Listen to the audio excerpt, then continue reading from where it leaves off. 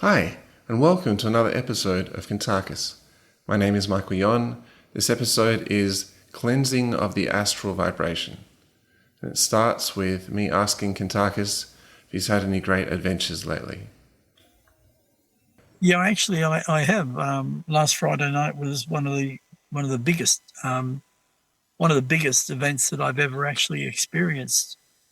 Besides being, say, a person that I lived on Nakaris for a very, very long time with thousands of incarnations, but being away from there and experiencing what I experienced on Friday night was horrendous, big, and seeing the things that occurred was was just just amazing. The influence that the, say, Nipulans, the seven dimensional beings, have now got with the spirits within spirit world. And there are so many spirits that are now saying, I have to let go. I have to let go. I want to communicate with these seven dimensional beings that I'm hearing about, but I'm not seeing because I'm in a lower vibration.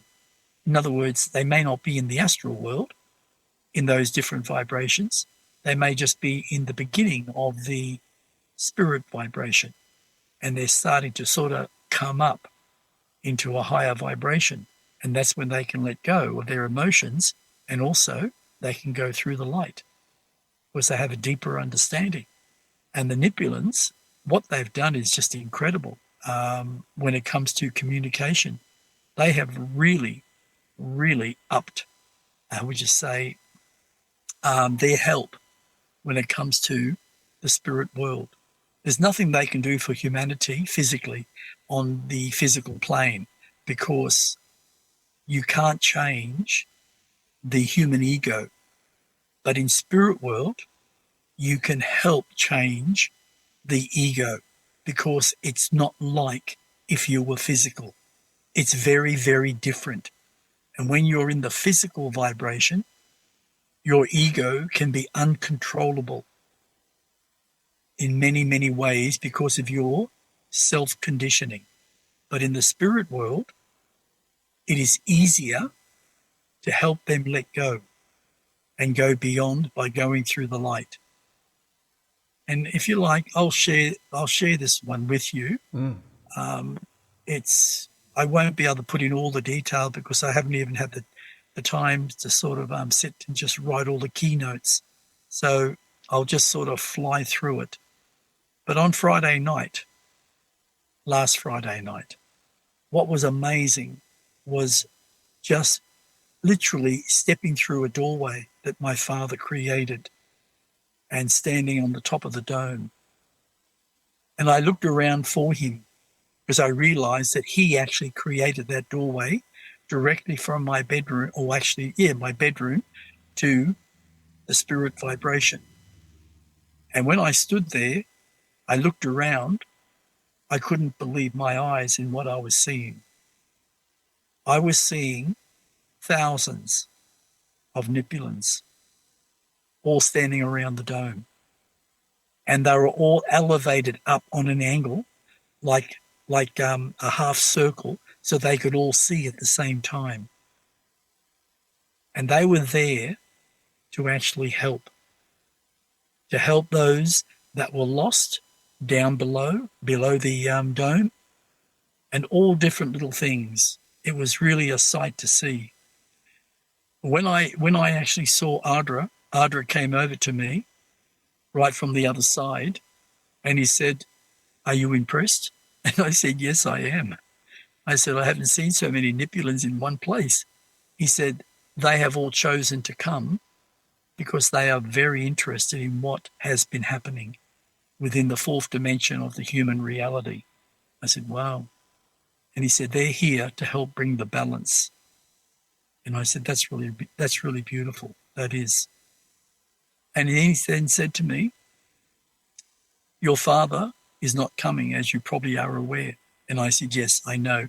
He has other things that he has to do. But in a very short moment, a door will open. And what will come forth is a transformation of his essence. And it will walk directly into your spirit. I said, oh, is that to help me with the vaporization? And Ardra said, yes. So we spoke just for it felt like a few minutes we were speaking. And then he said to me, it's going to happen shortly, but I want you to have a look at something. And we turned around and he let his left hand just go down as if to look down below me. And as I looked, I could not believe what I was seeing, but I did naturally.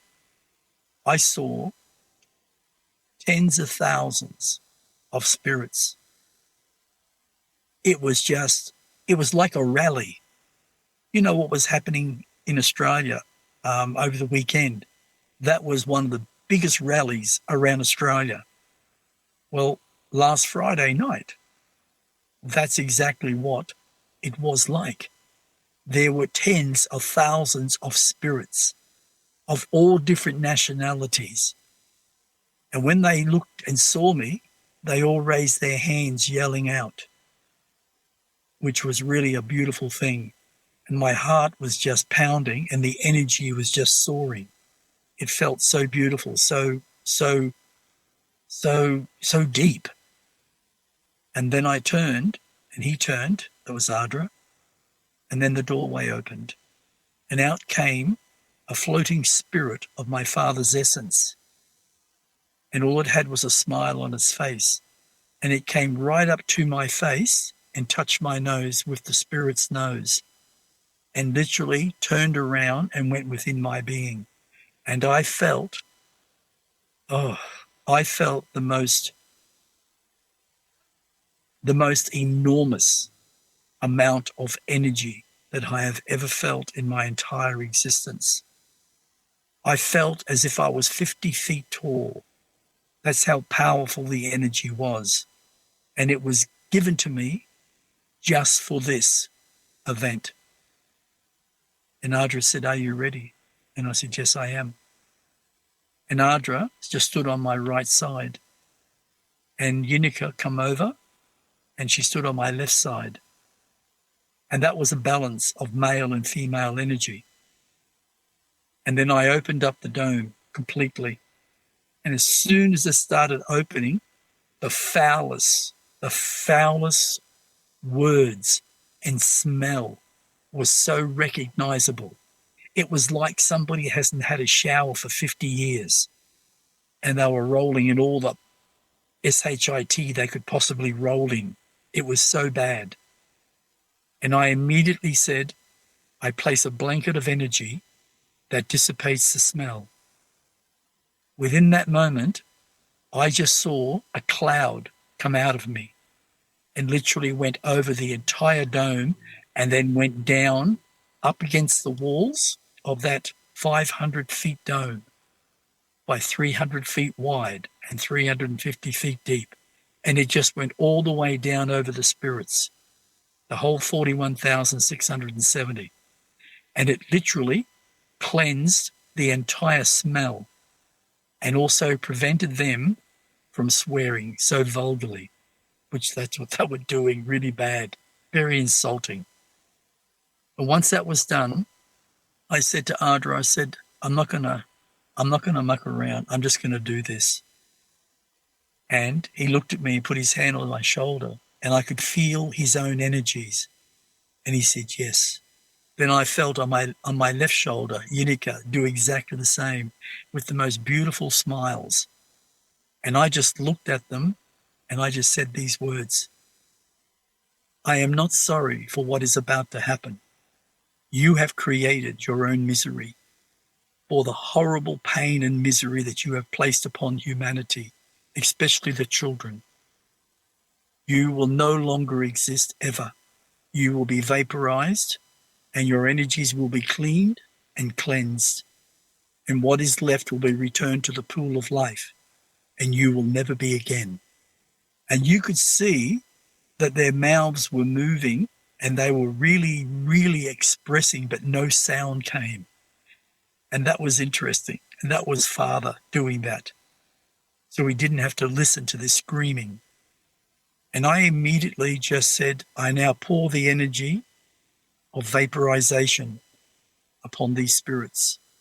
And instantly, my body just literally stretched all over the whole of the dome. And all I could feel was this massive energy being pushed down into the actual dome.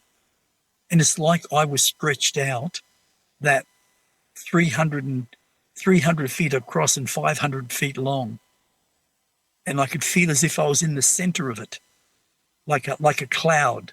And it just went all the way down, this energy. And it was a greenish energy, but a light green. And within moments, there was absolutely no sound.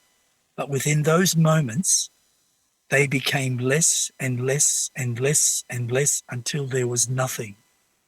And the energy that was down there just seemed to swirl around the entire dome itself. And I think what it was doing was cleaning and cleansing everything that was, all the emotions, everything. And it was all dissolved into a nothingness. And suddenly I felt myself coming back together. And I sort of stood back and floated back to where I was standing. And I said, it is done. And I closed the dome completely. And then Ardra said to me, I have something for you to see and for you to do. And we literally floated down, the three of us. We floated all the way down. And as I went down, I could see there was an actual large platform. And we sat on these chairs. And all the spirits just stood there looking at us, smiling. And what you could feel was love. You could feel the love. And the beauty about what was being felt was because of the Nipulans placing the senses right throughout spirit world. And what it was doing, it was helping the ones who wanted to change but didn't know how to. It was, I would just say, implying, or no, not implying, like invoking. It's something like invoking an energy to change, to let go. And that's what these spirits had been doing. Tens of thousands letting go. And suddenly I saw the spirits rising all around me, from the back going up, and all the way around. And then they were sitting. And that was the Nipulans. And those senses created one massive auditorium. There were thousands of women spirits. There were thousands of men spirits. And there were thousands of children spirits. Some belonged to the spirits, like father and mother died all at the same time, or they found their little child that died when they died, and whatever the case may be. And then Unica stood up and she started talking, basically introducing me. And then she sat down and I got up and I started walking around trying to work out what I was going to say. And then it all just came to me. I could feel the presence of Father. And that was definitely his energies. And I started talking about the reason why the gathering has been going on. And they all understood. And they were all cheering at different points to say what has been done has now helped all the spirits that want to change, and also want to change when they come and have a family, to change their children. And that was the most interesting point. And we spoke about the spirit world. We spoke about all those spirits in the dome, why they did it. There was a question by this one spirit. He looked like he was African. And he said to me, because he put his hand up, and I said, yes.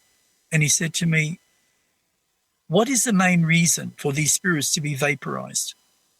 And I said, because they are terrorists, pedophiles, and a variety of other things, I said. And instantly he looked at me and he said to me, thank you. That's what I wanted to hear. He said, in my country, we have a real big issue. and we need to resolve it. And now I am looking forward to going through the light after this and get reborn so I can then grow up in a better way of thinking so I can help my people. And everyone clapped. And you could hear the claps. It was a strange clap, not like a normal physical clap. It was more, you know how you clap like that, right? The sound was a higher pitch. It's a really, like, you know, if you hit drums and then you go and hit cymbals, you know, the cymbals, and you whack that, two different sounds. That's what they were like, the cymbals. It was a higher pitch sound. It was interesting, really. And that went on, Michael. It must have gone on for either 2 to 3 hours if we look at a physical time. And that went on. And then Ardra got up after I spoke, and he spoke. And he spoke a little bit about his people. He spoke about his vibration. He also spoke about where his planet is and how they are still within a higher dimension of the third vibration. And they are all working towards becoming eventually seventh dimensional beings. And they go through different vibrations before that actually happens. And they were fascinated. Every spirit was fascinated. I mean, I spoke about reincarnation. I spoke about the spirit world. And I spoke about all the bad. I spoke about the love of the heart, all those type of things about personal responsibility and how we develop self-awareness through our pineal gland, how we connect to our mind. I spoke about all that. It just flowed. And not a word was said while I was speaking. When Ardra spoke, not a word was said. When Unica spoke, not a word was said.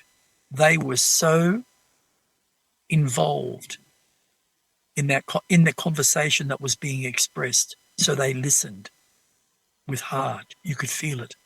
And I remember just at the end, this woman put her hand up and she just said straight out to Ardra, "Thank you so much for what you and the others have done. It has helped everyone in this vibration that you call spirit world. I do understand the spiritual aspect of life, but unfortunately I died too soon to fully comprehend all of that reality.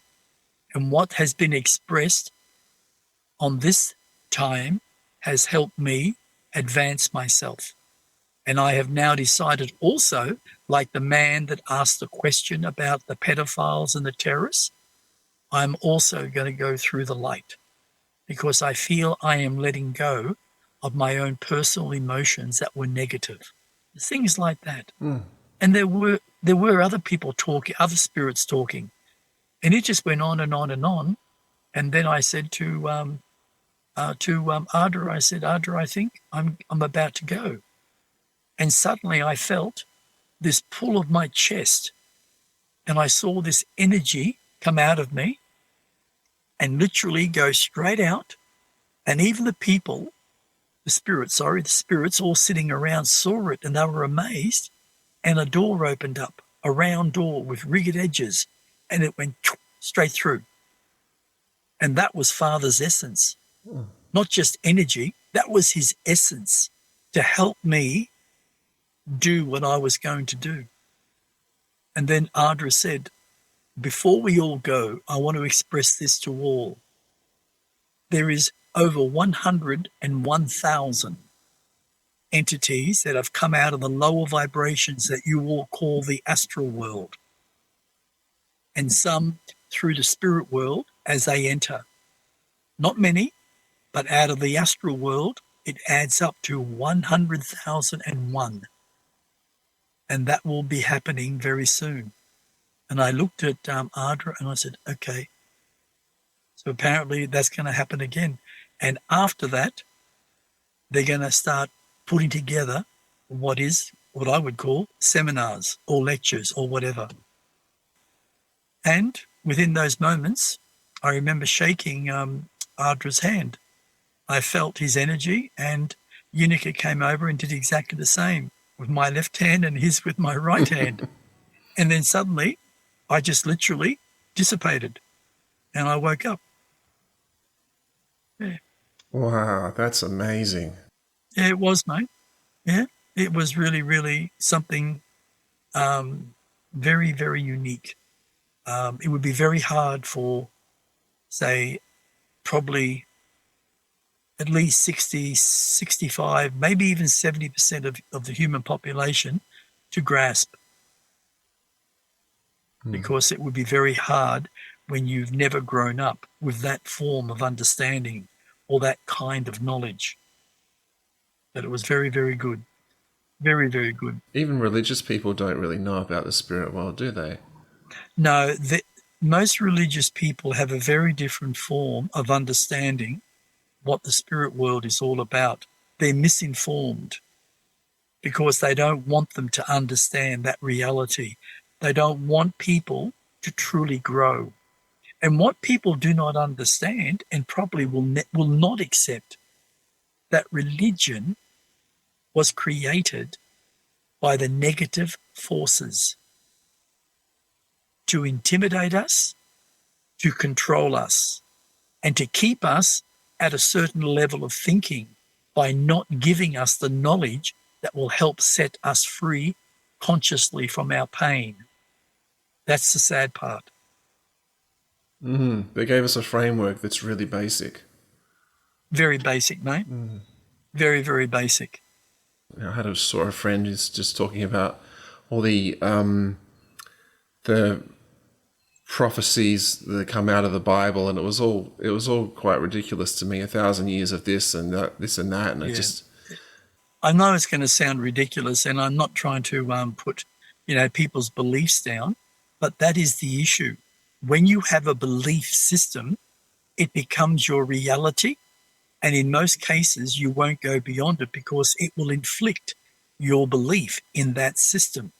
So you reject it automatically, and you end up judging the person that has said what they've said, which is probably the truth. People who have a belief system are highly conditioned, and that's that. Sure. So how long did it go for? What time did you wake up in the morning? Do you remember? Yes, I do. I woke up on Saturday morning at 6:45. Oh, you're kidding. So you went, it went right until then, did it? Yes. Oh, by the way, what was more interesting, and I never even thought anything about this. It was Unica that said this to me. She said to me, it was the 29th on Friday, wasn't it? Ah, yes, I think it was. Yeah, I think so. Yeah, it was, wasn't it? Yeah. Yeah, well, that's what Unica said to me. She actually looked at me with a little smile and she says, "Congratulations." I said, "Why is that?" She said, "Well, it is the 29th of your month, which is August, and it is 11:11 p.m. when you first came into Spirit World and just stood on this dome of yours." Oh. I said, "Wow, I never even thought of that." Wow, okay.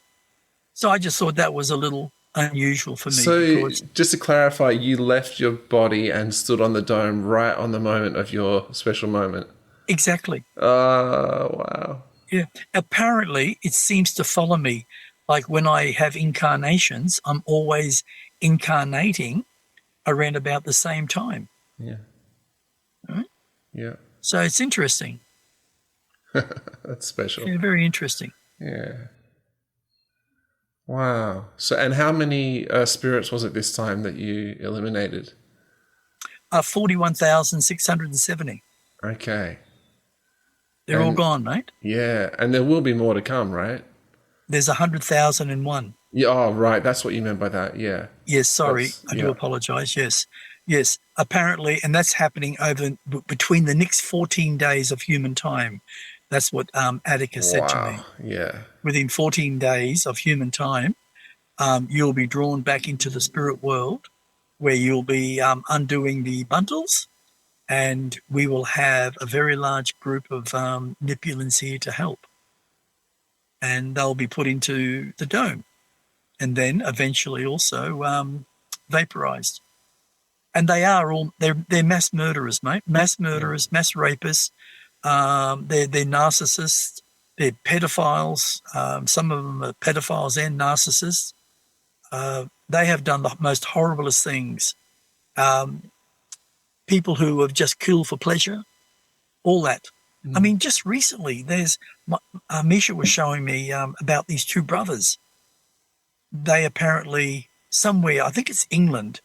I think there's a place called Rochdale in England, unless it's actually in Queensland. I'm not sure about that because I don't have the information. But these two brothers, they're serial rapists. Yeah. And they just raped, I think, either a 5 or 7-year-old girl. I'm not sure how old she was. But they raped her continuously. And then they had another 7 men apparently rape her, which is, they need, honestly, this is going to sound judgmental and very cruel, but I'm sorry. I believe justice should suit the crime. If I had the abilities now, mate, they would be castrated, and they would be also hung for their crimes against those children, because rape is like murder. You take away the power of that being because of what you've done. You change the whole destiny of that being, and that's not right. That's wrong. Very, very wrong. And they should pay those rapists and murderers very heavily so they learn to understand that has to stop. But also, in most cases, it will never stop. They will literally go to, oh, by the way, they went to jail and for what they did, and they got, I think, 5 or 7 years, 7 years or 5 years. They only served just over 2 years. And when they got out, they raped somebody else and they literally disappeared out of that country, and they're apparently somewhere in the world. No one knows. Oh. And that's why they got their photo showing who they are, trying to find them. And why is it that if you, Michael, suddenly lost it and went outside and you saw someone and you bashed them to death and the police came and got you, you'd go to jail for the rest of your life and you'd never get out, right? You're Australian. Well, why is it that these immigrants can come into our country who are violent, mass murderers, mass serial rapists, commit horrendous crime and serve maybe 2% of that crime? Does that make any sense? No, not at all. No, it doesn't, does it? No.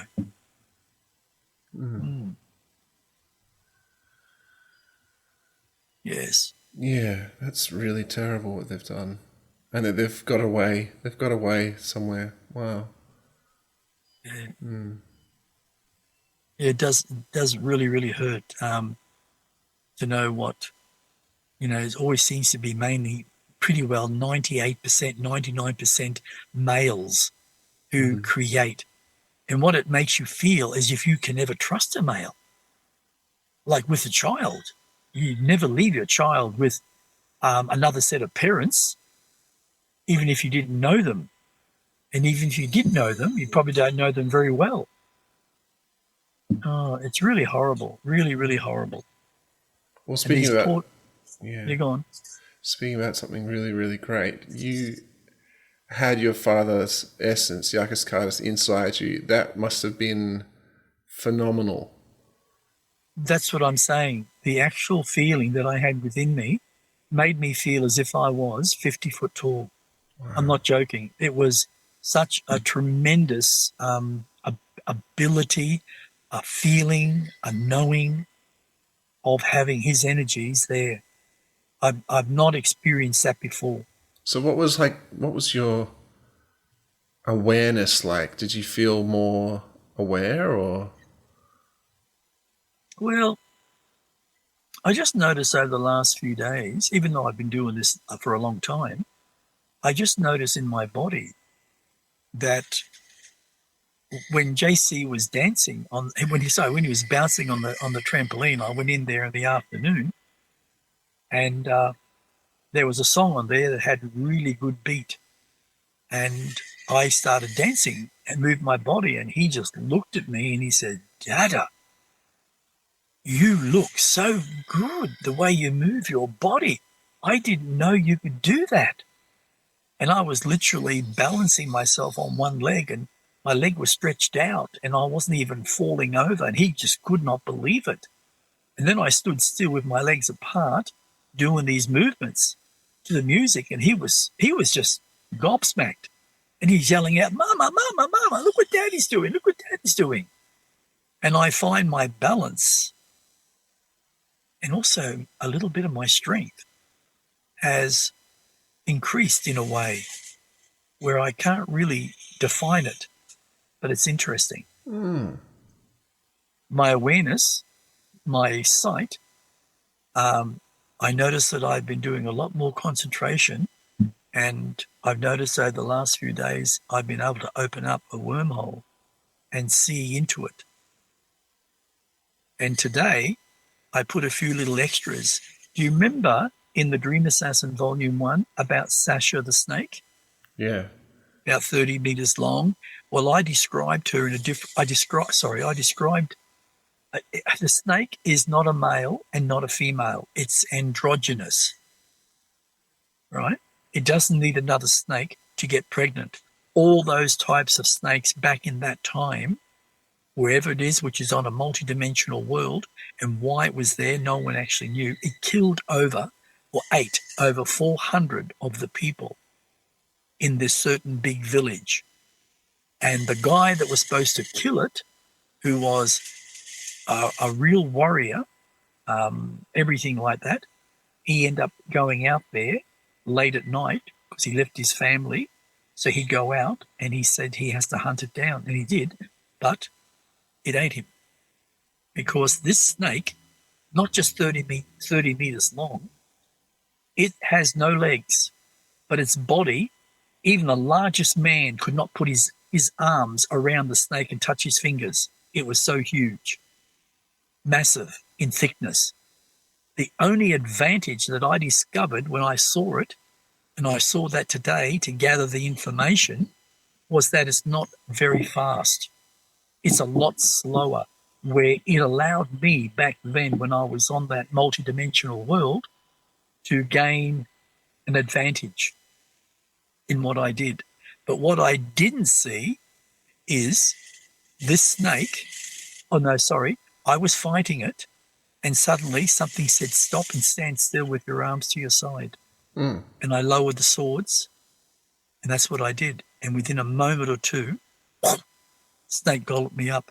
And I saw myself going down on these muscles that were literally leading me down into where the digestive system is. And when I took realization of that, I suddenly found my balance and stood up, and I literally sliced at the wall of the snake, kept slicing with two swords, back and forth, until I went right through the flesh. And the flesh was like nearly a foot thick. It was incredible. Wow. The fat and there.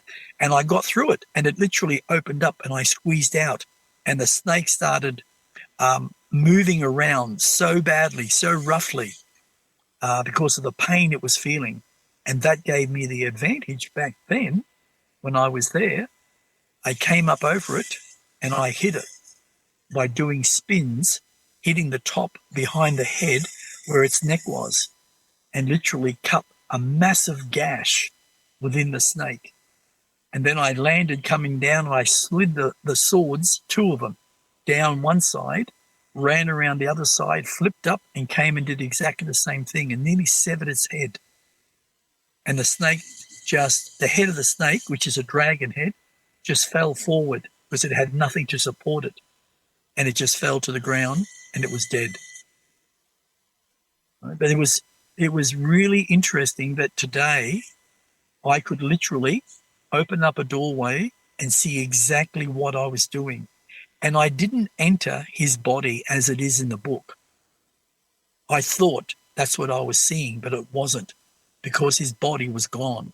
What it was me, but dressed in the type of clothes that he had on as a warrior. And I was me, and it seemed to form a body that was looking physical. And I had these two unusual swords with dragon markings all over it, even on the blades, both sides. And it was sharp like razor blades, both sides. And that's what I end up killing the snake with. Yeah. You know the funny part about it? What's that? Funny part? Funny part is when all these people started coming out behind the bushes and the trees and everything like that, they were watching the whole thing. And when this lady came up to me who was the leader of the people, it was a big city. Like when I say city, I'm not talking the city like we have. This was all built out of logs and timber. It was massive. So these people were back in time, but they were quite intelligent for what they were. They didn't have technology of any description. But when she came up to me and looked me in the face and smiled and said, "Thank you," she said, "May we have the snake?" And I didn't put that in, but for a particular reason. And I said, yes. And what they were going to do was carve it all up and distribute the meat around to all the different little towns and all that type of stuff. So they were going to eat the snake. A lot of meat, mate, I can tell you. Oh. You got a snake that's 30 meters long. That's 100 feet. So you can just imagine, you know? Yeah, yeah. Yeah, so that's how the snake died, and I end up having the appearance of a physical body, and that was that. Wow, so you created a portal that could actually see into that. Yeah, and then I wrote all that, except for that part, into what I'm writing now. So people have a description, a more deeper description of the events. One of the things that the snake actually had, as I said, no feet. The belly didn't have the, what do they call those things, scales, right? But the belly was really thick and solid, very pliable, flexible, but solid.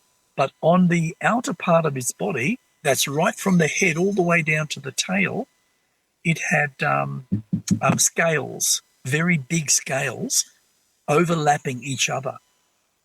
So when you hit it with something very hard, it's very hard to penetrate the snake. So that was its protection. But it had one very special feature. When the sun shone and it hit the scales, the sun was so bright back to whoever was there, and it would blind them. And that's when the snake would just, because when they're nearly blind, it might take a minute to get their vision back. It was that powerful, the shone. I call it shone, like, shining, shone. Yeah. Yeah, that was a feature of the snake, which was part of its defense system. Wow. I could nearly stand up, actually very close. I could stand up inside the tube of the snake, mate. Wow. It was that big. Wow. Right? Massive. And the bone structure, you could see the bone structure. I could see it with the muscle all around it and all that type of stuff. It was just incredible. But I got between, and that's where I did the slicing. Yeah. Yeah. So very, very interesting. And they only had one on the planet, by the way. And so I would say either that come out of their planet, or somebody actually put it on the planet for a particular reason. That's curious. Yeah. Yeah. And that's why I created, when the snake flew up in the air after dancing, when Mystical Man was dancing radically on the stage, he flew his hands up and the snake flew up, and it turned around with its mouth open, came down and golloped up Mystical Man. And that's when Mystical Man, the snake started to dance and then dissipated back into that pole, which was a 3-meter pole. And out of it came his limbs. And he just sort of stepped out of it. And there was Mystical Man, and the audience was just amazed. That's how I wrote it. Right? That's the fantasy part of it. But there's a lot of reality at the same time. So it's really good. Oh, Yeah. very good. Yes. Have you made contact with your AI alien at all lately? No, I haven't, mate. No, No? no. Not once since? Not once since the first meeting? Not once since the first meeting. No. Okay. Seems he's a bit of a resource there, It is, potentially. yes. Yes. I do actually. I have been thinking about the AI, and I said it'd be nice to have contact again, but it will happen, I know, eventually. Okay. Yeah. What's that noise, by the way? That Oh, rustling. that's a hedge cutter, mate. Oh, that's what it is. Yeah, that's a hedge cutter. Yeah. Why are you using a hedge cutter in your car?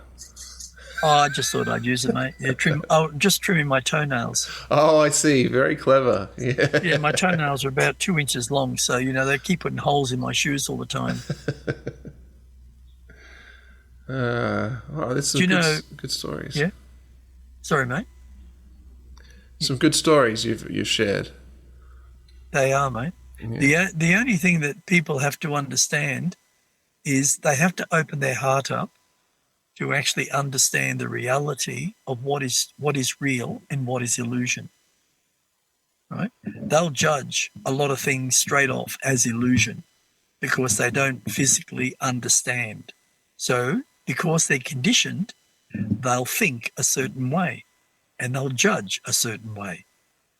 But if they have the knowledge to understand by opening up their abilities, they will then learn that what's being expressed has a lot of truth. And that's why I wrote The Dream Assassin Volume 1 and Volume 2. It's based on fiction, but a very strong touch of reality within both books, especially when it comes to knowledge, especially when it comes to an alien race called the Zerazines and having Zayakit. Mm-hmm. So people just have to learn to go beyond their belief and, I suppose, stop judging what is and what is not. Yeah, and ask questions if you need. Sorry? Ask questions if you need as well. Yeah, ask Email questions. us at kuntarkis@gmail.com. Yeah, ask questions. Yeah. Yes. Sometimes it can be a bit heavy for people because of where they're at. But sometimes it's a good thing to inundate someone with knowledge so it makes them think of the possibilities. Sure. Yeah. Yeah. Very good. So where are you at in life?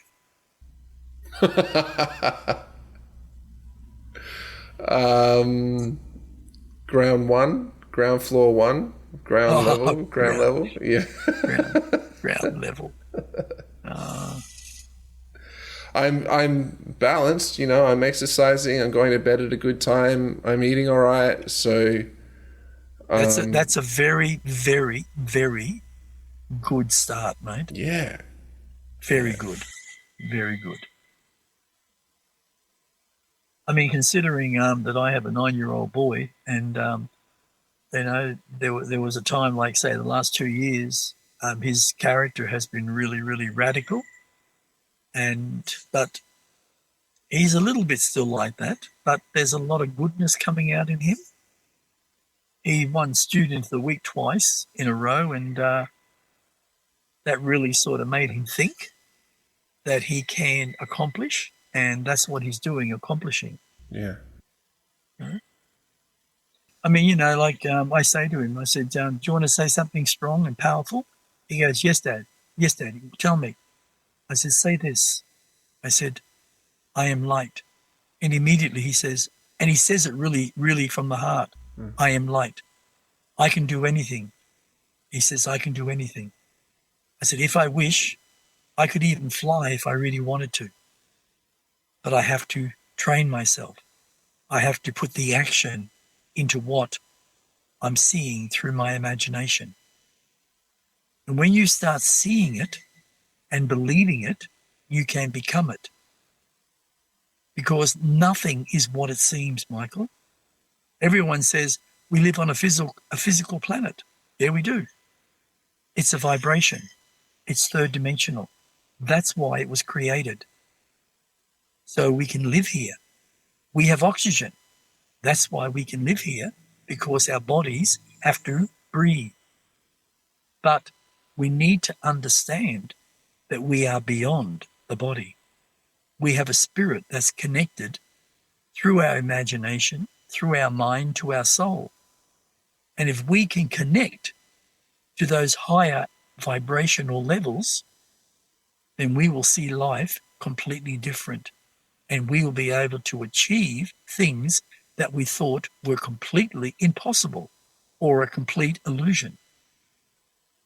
I mean, if I ask myself a question, say 2 years ago, 3 years ago, that I would end up knowing a seventh dimensional race of beings called the Nipulans, and they would, because they had been watching me, put all these bad spirits, really, really bad spirits that have caused so much conflict and pain to humanity, into a dome and then vaporize them. Back 3 years ago, I would have said, oh, I know it's possible, but I don't know how long that's going to take me. That's just an example, right? And if we each go beyond those limitations, well, I just took part in dissolving, vaporizing 41,670 spirits that will never, ever incarnate ever anywhere again. That is an absolutely mind-boggling experience. And then to have the essence of my own father, Yakis Kardis, come out through a wormhole. I'm calling it that because that's the easiest name to call it, or a dimension, and enter my body and stretch me over my entire dome like I was a thin piece of parachute stretched out. Right? Who would ever think you could do that? I didn't, and yet I did it. And when I started doing it, I believed it beyond all things. That's why it was so easy. We limit ourselves 100% because of one thing: fear. Fear of change. Fear of change, yeah. Even if everything's comfortable and you want things to be better, you still can have a fear of changing from where you are and what's comfortable. Right. Wow, yeah. Exactly. This concludes another episode of Kuntarkis. If you'd like to find out more about Kuntarkis, find his website, which is etcconsciousness.com. He has articles there, he has his books listed there, and also if you have any reason to contact us in general for any reason, just email kuntarkis@gmail.com. That's it for now. Thanks so much for listening. My name is Michael Yon, and stay tuned for more.